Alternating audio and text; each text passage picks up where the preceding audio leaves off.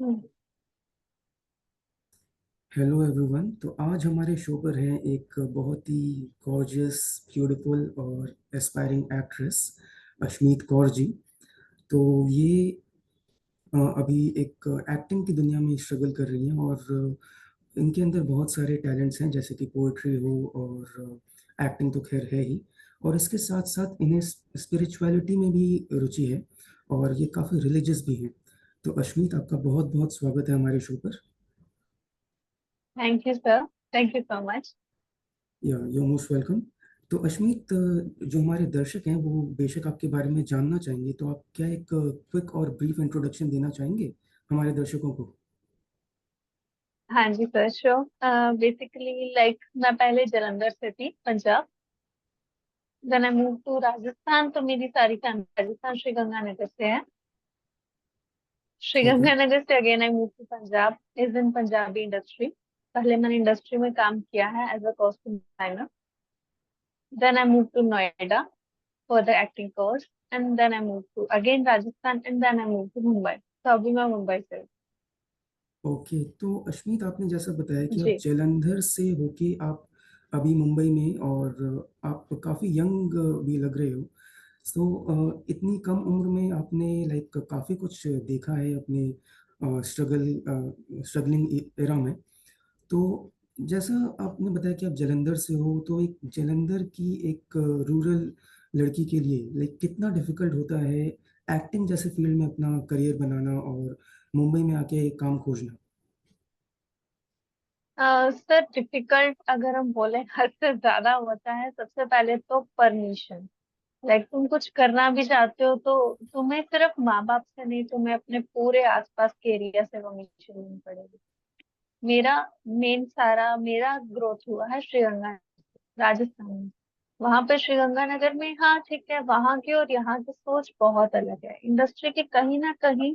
Like लोगों को लगता है कि हाँ, इंडस्ट्री में सबसे गंदा काम इंडस्ट्री है, लड़कियों के लिए बिल्कुल अच्छा नहीं है। ये चीज है, मेंटेलिटी है, चाहे वो यंगस्टर्स हो, चाहे पहले भी हो। तो जैसे कि मैं पंजाबी फैमिली से बिलोंग करती हूँ, तो हमारे ये चीजें बहुत होती थी कि हमारे घर की बेटी ये नहीं कर सकती।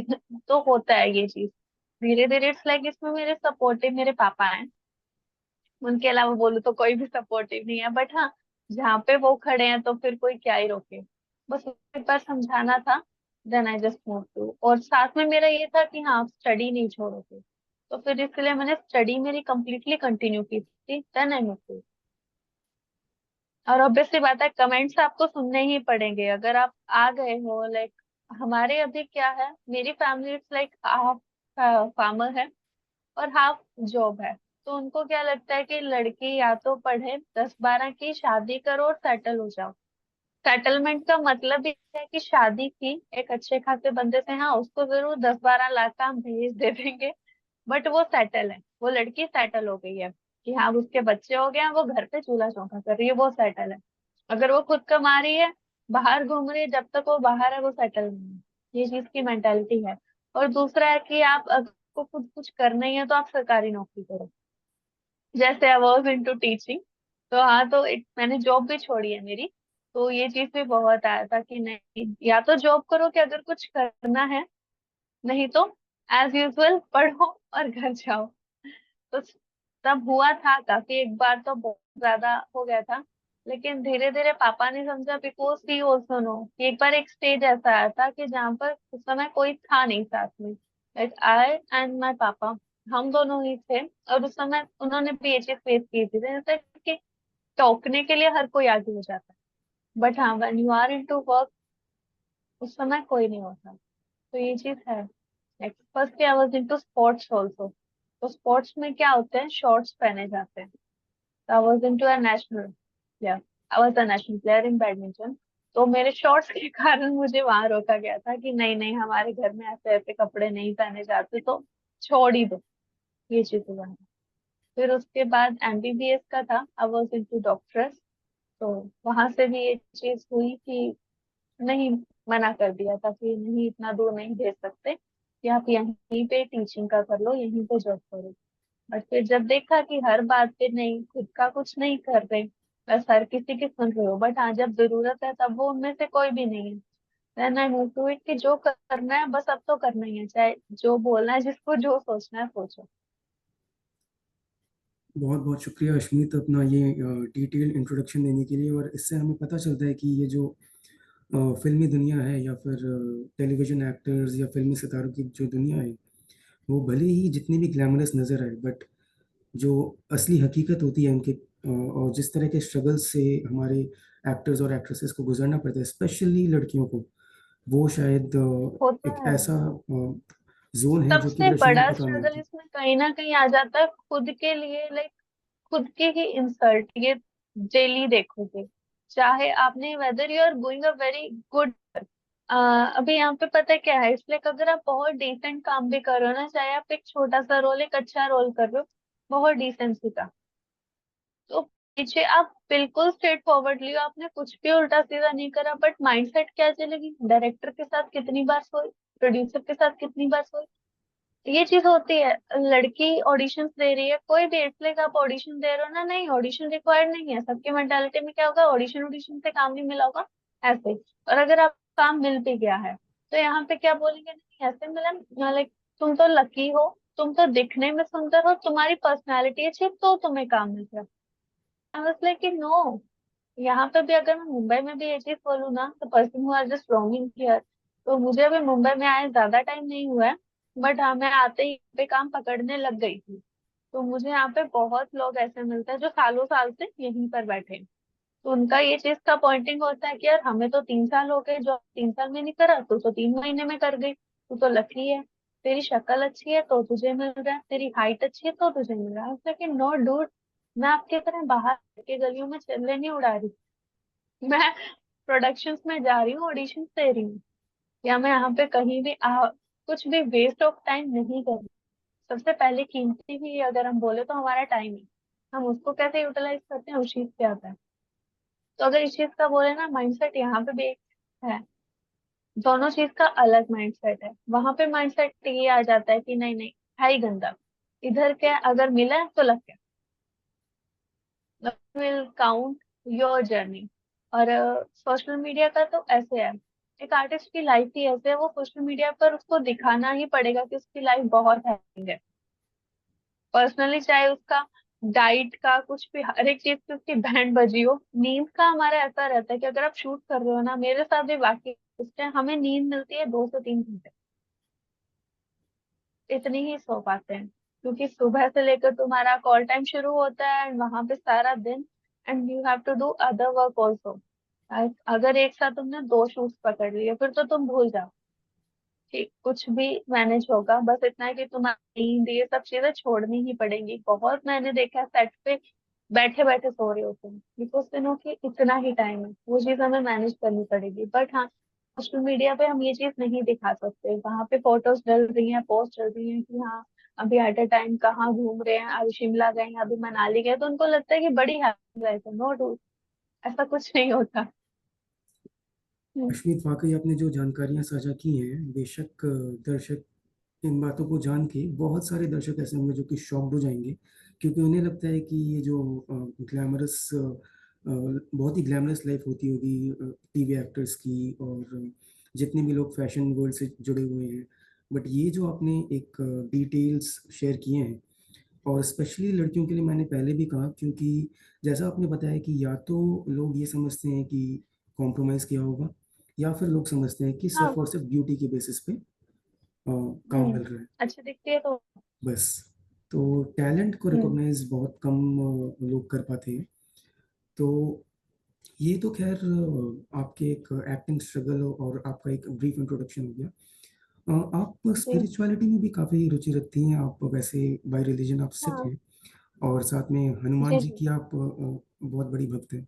तो अपनी हम्म। स्पिरिचुअल जर्नी, स्पिरिचुअल इंटरेस्ट के बारे में ज़रा बताइए।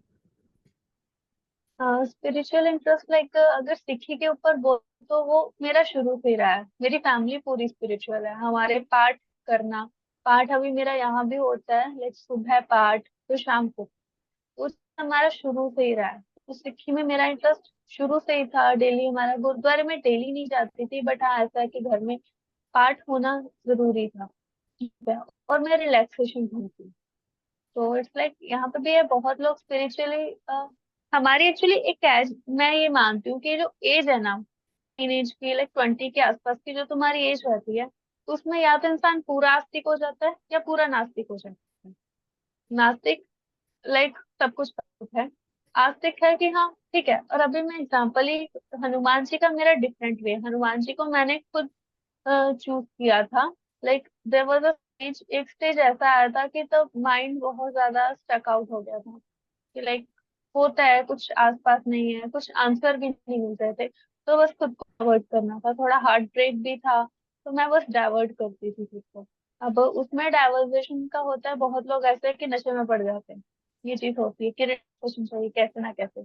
उस समय मैंने उनकी कहानियां ये सब बातें शुरू किया था। सिक्खी मुझे मेरी फैमिली ने दी है, जो ज्ञान है कि हाँ हमारे 10 गुरु, कौन से गुरु हैं, शुरुआत कैसे हुई, क्या क्या है, वो मुझे मेरी फैमिली ने सिखाया, तो मैं फॉलो भी उन्हीं को करती हूँ। और हनुमान जी का मेरा ऐसा रहा था कि उनकी मैंने जर्नी देखी, तो कहीं ना कहीं हम गलतियां देखते हैं कि अपनी लाइफ में कि यार मैंने ये गलत कर दिया, मैंने वो गलत कर दिया। हनुमान जी की मैंने ऐसी ऐसी लाइफ स्टोरी देखी कि उनके बच लाइक पैदा होने से पहले ही दुश्मन शुरू हो गए थे। लाइफ में उनका पहला दुश्मनी वाली आ गया था जब उनका जन्म भी नहीं हुआ था, लाइक जन्म होने से पहले उनको जहर दे दिया गया। बट फिर भी एंड तक उन्होंने वाली के लिए कभी बुरा नहीं सोचा था। कभी वो हर बार उनको मारने आया, बट उन्होंने सामने से प्रेम से हमेशा बात की। और कई बार धोखा भी, अब जैसे हम भोले बाबा जी की बात करें, शिव जी की, वो वरदान दे देते हैं, राक्षसों को भी देते हैं। अपनी तरह से वो प्योर है, उनका नाम भी मेरे को पापा ने बताया कि इसीलिए उनका नाम भोले बाबा पड़ा था, क्योंकि वो है ऐसे। तो कहीं ना कहीं बाद में अगर हम बोले कि जैसे राक्षस उसका गलत फायदा उठाते थे, लेकिन लेकिन भगवान जी तो नहीं बदले ना। तो ये चीज मैंने हनुमान जी में भी देखी एक टाइम पे, लाइक अगर हम कहानी भी देखें, जब रामायण की बात आई थी, तो तब मेघनाथ ने हनुमान जी को फूल बनाया था एक टाइम पे माता सीता के लिए, कि माता सीता की जस्ट उन्हें छवि दिखाई, उसका गला काट दिया था। और हनुमान जी ने वो चीज मान ली थी कि हाँ सीता माता की मृत्यु हो गई। और इस चीज से लाइक उन्होंने सारा कुछ त्याग दिया था और राम जी के सामने बैठ के रोने लगे थे। लेकिन बाद में उन्हें ये चीज पता लगी थी कि उनसे ये चीज का छल किया गया था, लेकिन फिर भी उस छल को वो एक्सेप्ट किया उन्होंने। तब मैंने ये चीज देखी कि गलती भगवान की होती है, हम तो फिर भी इंसान है, लेकिन फिर भी वो अपनी अच्छाई नहीं छोड़ते, वो अपने उसी पाथवे में रहते हैं। खुद को क्यों बदलो तुम दूसरों के लिए। मेरे टाइम में मेरे लिए एक बार बहुत नेगेटिविटी माइंड में आ रही थी कि यार हम हर बार अच्छा करते हैं, सामने वाला क्यों बुरा करता है, तो हम भी बुरे बन जाते हैं। तो फिर मैंने इनकी जर्नी देखी, तब से मैंने इनको फॉलो करना शुरू कर दिया था। हनुमान जी को मैं तभी से मानती हूँ। और एक होता है ना लाइक, यकीन हो जाता है मन में कि हाँ जब वो ऐसे कर सकते हैं तो मैं तो फिर भी इंसान हूँ, गलती उनसे भी हुई थी, मुझसे क्यों नहीं हो सकती। बट हाँ उन्होंने अगर अपना बात नहीं छोड़ा तो मैं क्यों छोड़ू। तो ये है।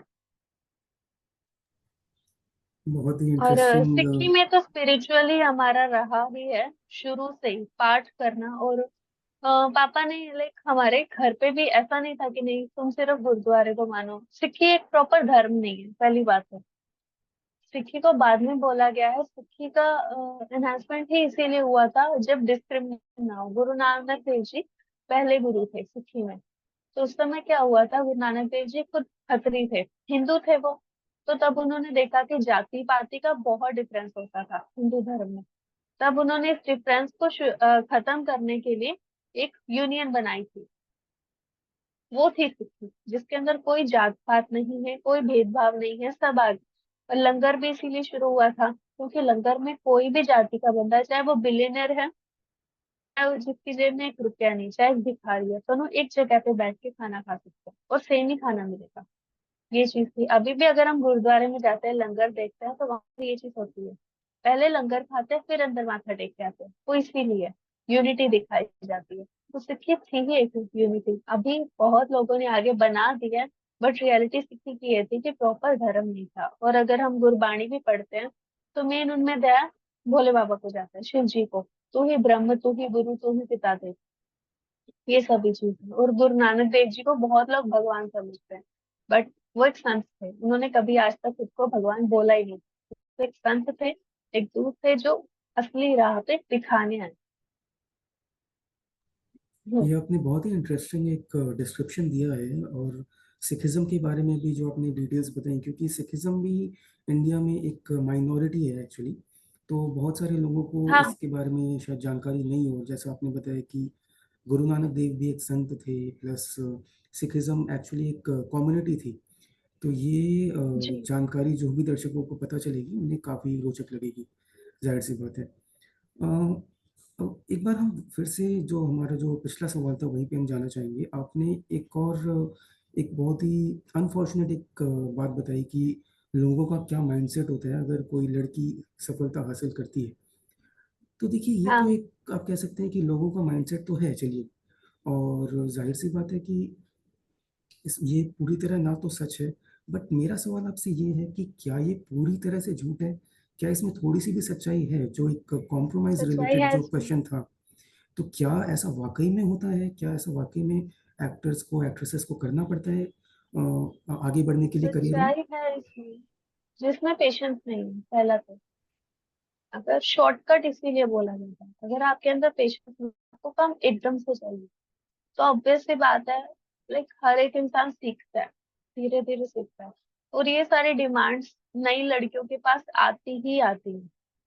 और इस चीज से क्या होता है, और ये जरूरी भी नहीं होता कि हाँ अगर आपने उस इंसान के साथ कॉम्प्रोमाइज कर लिया और आपको काम मिल जाएगा, नो। आपको यहाँ पे बहुत कास्टिंग डायरेक्टर ऐसे मिलेंगे जो प्रॉपर डिटेल देंगे कि हाँ हाँ हाँ, आप बस हमारे साथ एक बार कॉम्प्रो कर लो, आपको ये शूट पक्का मिलेगा। And what they will do, they will just have their work. उनको अपना मतलब निकाला, बाद में उस मॉडल को यूं निकाला। ये चीज भी होती है, यहाँ पे वादे भी किए जाते हैं कि हाँ आपको काम दे दिया जाएगा, बट वो सभी एक नए इंसान की मेंटालिटी के साथ खेला जाता है। यहाँ पे सबसे पहले चलता है मैनिपुलेशन।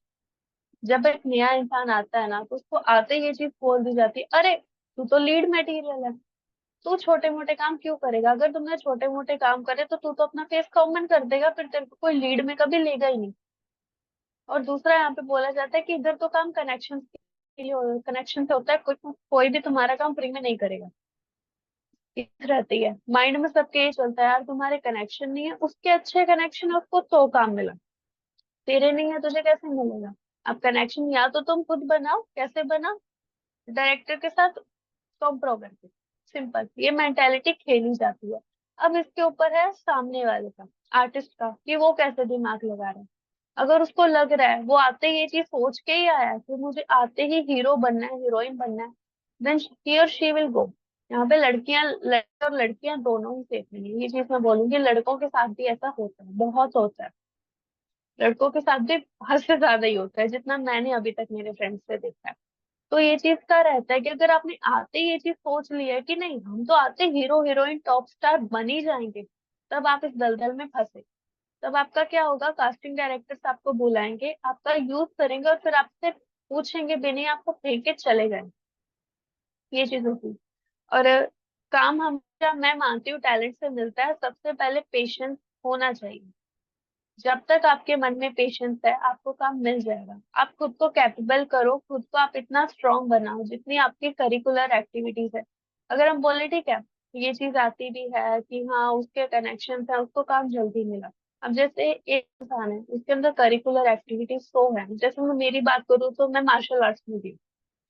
एक लड़की चाहिए उनको प्रॉपर, हाँ ठीक है, जो मार्शल आर्ट्स भी जानती हो, जो एक्टिंग में भी अच्छी हो, जिसका लुक भी मुझ पे जा रहा है, तो ऑब्वियस सी बात है मेरा नाम वहां पर जाएगा। और कोई भी प्रोड्यूसर या डायरेक्टर, मैं ये चीज बोलूंगी, उनको अपने काम से मतलब है। If they are only here for the compro, तो आज के टाइम पर कोई भी, like call girl, top model होती, टॉप एक्ट्रेसेस होती, अगर सिर्फ इसी पे काम मिलता। सिंपल है। बस ये है कि एक्टर के अंदर अगर पेशेंस है तो उसको काम मिल जाएगा। और हाँ अगर पेशेंस नहीं है और फिर उसको करना है, तो हाँ कॉम्प्रो से मिलता है, ऐसा नहीं है, बट हाँ शॉर्टकट अपनाते हैं यहाँ पे लोग। पर उस चक्कर में क्या होता है, हर कोई बदनाम होता है। और सबसे पहले टारगेट, और सब पहले टारगेट हमेशा न्यू बंदा ही होता है यहाँ।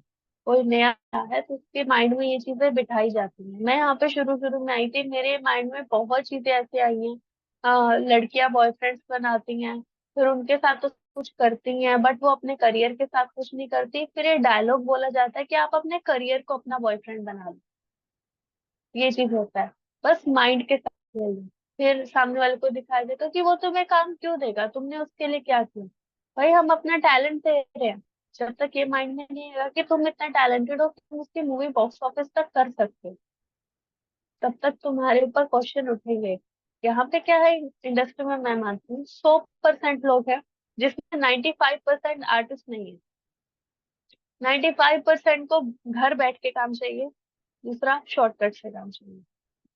They will not work on their activity, they will not work on their curricular. और जो 5% है, असली कंपटीशन उन्हीं का होता है। वो 5% भागते हैं, उन 5% के अंदर टैलेंट है और अगर वो लगे हुए हैं, तो ही काम मिलेगा, नहीं तो नहीं नहीं मिलता। मुझे ये चीज ना मेरे एक फ्रेंड ने बोली थी, लाइक अभी परसों ही मैं मिली थी उससे, मैंने कहा कि अपनी ये चीज देखी होगी। एक म्यूजिशियन है, वो क्या करता है, म्यूजिक के ऊपर काम करता है, वो डेली गाने गाता है। बट एक एक्टर क्या करता है, उसको जब ऑडिशन पे बुलाया वो भी जाएगा। वो घर पे बैठा है तो घर पे बैठे बोलेगा यार काम नहीं है, काम नहीं है। वो अपने ऊपर काम कब करता है? सिंपल है, अगर वो खुद स्क्रिप्ट बनाए, अगर वो खुद डेली का ऑडिशन बनाए, डेली अपने काम के ऊपर काम करे, तो वो क्यों ना निखरे। तुम्हारे पास 24 घंटे, 24 घंटे में से अगर कुछ घंटे भी अपने काम के ऊपर, अपनी एक्टिविटी के ऊपर दो, तो तुम क्यों शार्प ना हो। तो ये चीज मैंने खुद में भी देखी है। मैंने मेरे पुरानी एक्टिंग के मैं वीडियो देखूं और अब की देखूं, तो मुझे डिफरेंस पता चलता है। और ये तभी आता है कि अगर आप डेली डेली वाइज करते रहो काम, तो ही आता है। और ये तो साइड साइड बाई प्रो का तो साइड बाई साइड चलता है कि अगर आपके अंदर पेशेंस नहीं है और आपको काम जल्दी ही चाहिए, तो ये चीज होती होती है। ऐसा नहीं है, मिलता भी है, बट हाँ थ्रो भी यहाँ बहुत लोग होते हैं। बट नो यूज, कि अगर आपके अंदर टैलेंट नहीं है, आपको एक काम मिल जाएगा, उसके बाद क्या। ये आपने डार्क रियलिटी आपने एक्सपोज की इंडस्ट्री की, स्पेशली न्यू कमर्स के लिए। और आपने बहुत ही क्लियरली हाँ। बताया कि सिर्फ लड़कियों के साथ ही नहीं बल्कि लड़कों के साथ भी उतना ही इस तरह की सिचुएशंस उन्हें भी फेस करनी पड़ती है। तो ये तो खैर हमने एक बात की इंडस्ट्री रिलेटेड, और जो एस्पायरिंग एक्टर्स होते हैं उनकी लाइफ कैसी होती है, और थोड़ा स्पिरिचुअलिटी को भी हमने एक सर्विस लेवल पे टच किया। तो अश्मित, जैसा कि आप एक एस्पायरिंग एक्ट्रेस हैं, तो बेशक दर्शक भी कुछ देखना चाहेंगे, तो आपका ऐसा कोई फेवरेट डायलॉग जो कि आप सुनाना चाहें हमारे दर्शकों के लिए, कोई भी आपका कोई फेवरेट डायलॉग रहा हो किसी भी मूवी से, तो क्या आप वो पेश करना चाहेंगे? श्योर, एक्चुअली ये प्रॉपर डायलॉग नहीं है, ये ओके। पूरे एक डियर जिंदगी, I think it's a very inspiring movie for me. मुझे सबसे ज्यादा अगर मैं बोलूँ कि हाँ माइंड स्टेप भी है, कुछ भी है, तो उसमें मुझे आलिया भट्ट का किरदार बहुत अच्छा लगता है। तो उसके कुछ है लाइंस जरूर। जिसके ऊपर मैंने पहली बार परफॉर्म भी किया था कॉलेज में, तो वो है, तो उसका मैं बोल सकती हूँ। जरूर। हाँ श्योर, उसका काफी लंबा डायलॉग है। आप चाहें 2 लाइन्स आप सुना दें या 4 लाइन्स सुना दें, जितना भी आप कहना चाहें, जितना भी आपको याद आए। हम्म, ठीक है। तो खत्म कर दो ना, पेरेंट होने का काम खत्म कर दो। किसने कहा था पेरेंट बने रहने को? किसी ने कहा है? एक तो काम ठीक से शुरू नहीं किया, और फिर आई डोंट अंडरस्टैंड क्यों कंटिन्यू किए जा रहे हो। जस्ट ना, put an end to it. जब बच्चों को आपकी सबसे ज्यादा जरूरत होती है, तब आप बड़े ही आराम से उन्हें छोड़कर चले जाते हो, और फिर कंप्लेंट भी आकर पर ही करते हो कि ये मुंह बनाती है, ये करती है, वो करती है। बच्चे पैदा करने का आइडिया किसका था? आपका। और फिर जो चाहा उनके साथ आपने वो किया, what you want, and then you say tough है। What do you mean by tough है मैन? टफ है माय फुट?